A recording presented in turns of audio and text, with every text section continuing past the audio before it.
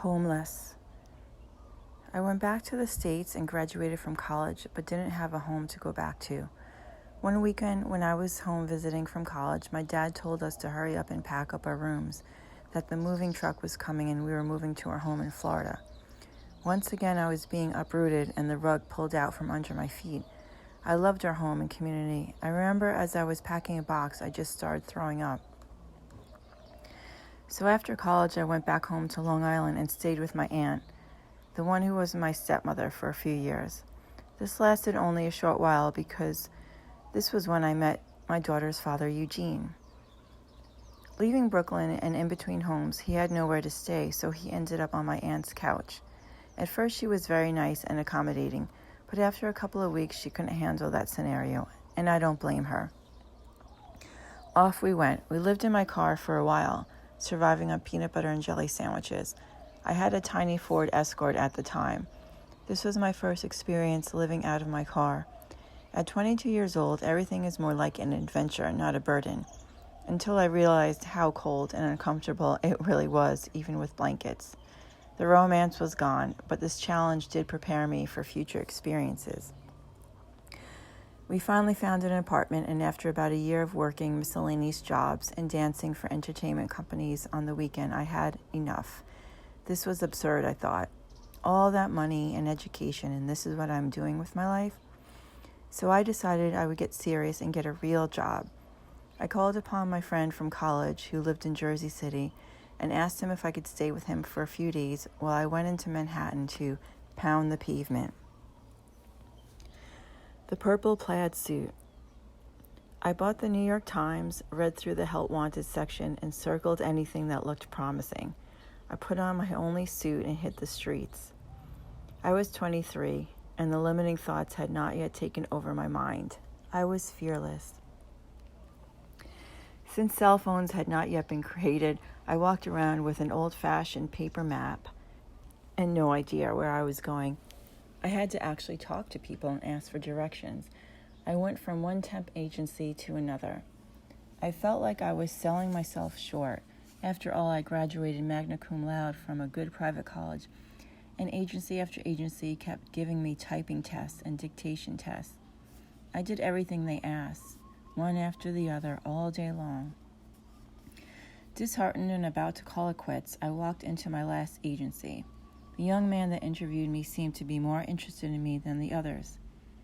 He confirmed that I spoke Spanish fluently, one of the benefits of living in Spain, and then asked me if I was good with numbers.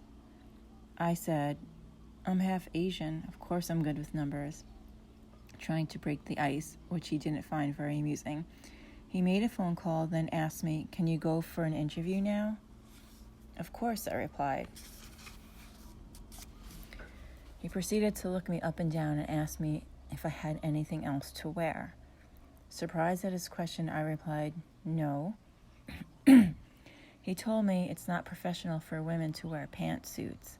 I was wearing the only suit I owned, which Eugene's mother bought for me, so it was special. It was not just any pantsuit, but a fleece purple plaid pantsuit that we found in Brooklyn at one of those sidewalk shops hanging up outside. I thought I rocked it, but looking back now, it's one of those, "I can't believe I wore that" admissions. The woman who worked at the next desk overheard our conversation, walked over to me and said, "Come with me." We went into the ladies' room. She took off her black skirt and told me to give her my pants, which I did hesitantly. Then she told me there was a Woolworths around the block and to go buy a pair of stockings, which I did. I interviewed on the 84th floor of the World Trade Center and got the job. I returned to the temp agency and we switched clothes. I don't think I expressed enough gratitude to this angel who God placed in my life. I call this angel intervention, or AI. I was beginning to realize how serendipitous things flowed and how I was being watched over all the time, even though I always felt alone. I had no idea what a stock or a bond was, but was soon going to learn. I started as an administrative assistant and worked my way up to operations manager within a year. I am a quick learner. Getting that job was divine intervention because I found out I was pregnant. My boss, Paul, another angel in my life, helped me get health insurance so I would be covered for my pregnancy. He saved me big time. I was home on maternity leave when the first basement bomb went off in Tower 1 in 1993. Our office was ruined and we had to relocate to another building within the financial center. I went back to work 6 weeks after I gave birth. One of the toughest and most unnatural things to do was to leave my baby with strangers at a daycare center. The first one we found returned her smelling like cigarette smoke with a bruise on her forehead. Then we found another place with a woman who became my friend, and that is where she stayed until she started school. I found a new job at Merrill Lynch on Long Island, closer to home. I'm grateful that I left the city when I did. The discovery of self-help books. Even though the financial industry was the last career I ever wanted, there was a silver lining, ironically. This materialistic path led me to the world of personal growth. The first self-help books I was introduced to were by Robert Kiyosaki, Rich Dad, Poor Dad. I found these books so interesting, I read all the rest of his books. I bought a cassette player for my car and listened to Zig Ziglar on cassette tapes driving to and from work. Even though at the time it was to increase my sales, it also motivated me and helped me to feel more positive. I was given the book The Greatest Salesman in the World by Og Mandino that left an impact on me and led me to his other books. The Greatest Miracle in the World brought me comfort and inspiration, which I gave to all the people in my life. These financial self-growth books led me to stumble across the book The Seed of the Soul by Gary Zukov. I read it even though I didn't really understand it. I intuitively knew these metaphysical concepts and spiritual ideas were important. A seed was planted. At the time, I had no idea how significant this was.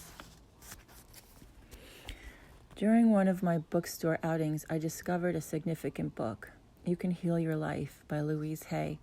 I only bought it because the cover was colorful and had pretty red hearts all over it. In the end, it changed my life and became my new Bible that I gave to all my friends. Although I didn't quite grasp these new Eastern concepts being raised in the West, something resonated with me.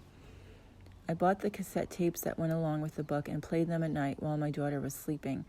I learned it was one way to reprogram our subconscious mind. I didn't realize at the time that it wasn't her subconscious mind that needed reprogramming, but mine. Who knows, maybe that's why she turned out to be such a wonderful young woman now. At this point, my father had been incarcerated for about a year.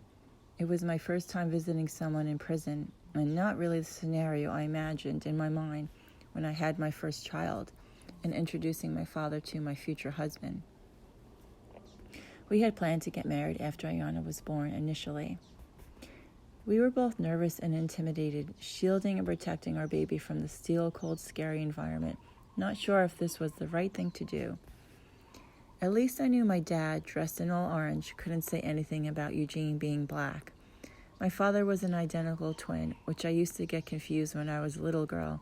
His brother, my uncle, came to the hospital when my daughter was born. It was as close to a father that I could get. I never got a straight story as to why my father went to jail and then had to flee the state of New York. I did read about my father in the newspaper shortly after. The story he told me did not match up with the story in the newspaper. No big surprise there. All I knew was we lost everything. Again, I had no one to depend on but myself.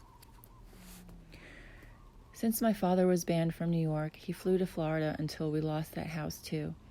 Then we lost all of our possessions, which were in a storage unit, and he ended up finding God and becoming a deacon of the church, ironically, facilitating Mass in prison. Perhaps it's true that the healthy way for adults to grow is that the first half of life the focus is on material things, amassing wealth and security. Then the second half of life is about getting rid of it all and seeking deeper meaning. It's no surprise that my dad lost all his material possessions. After all, his affirmation every time we pulled the Porsche or Mercedes-Benz into the garage from an outing was, "Back home and broke."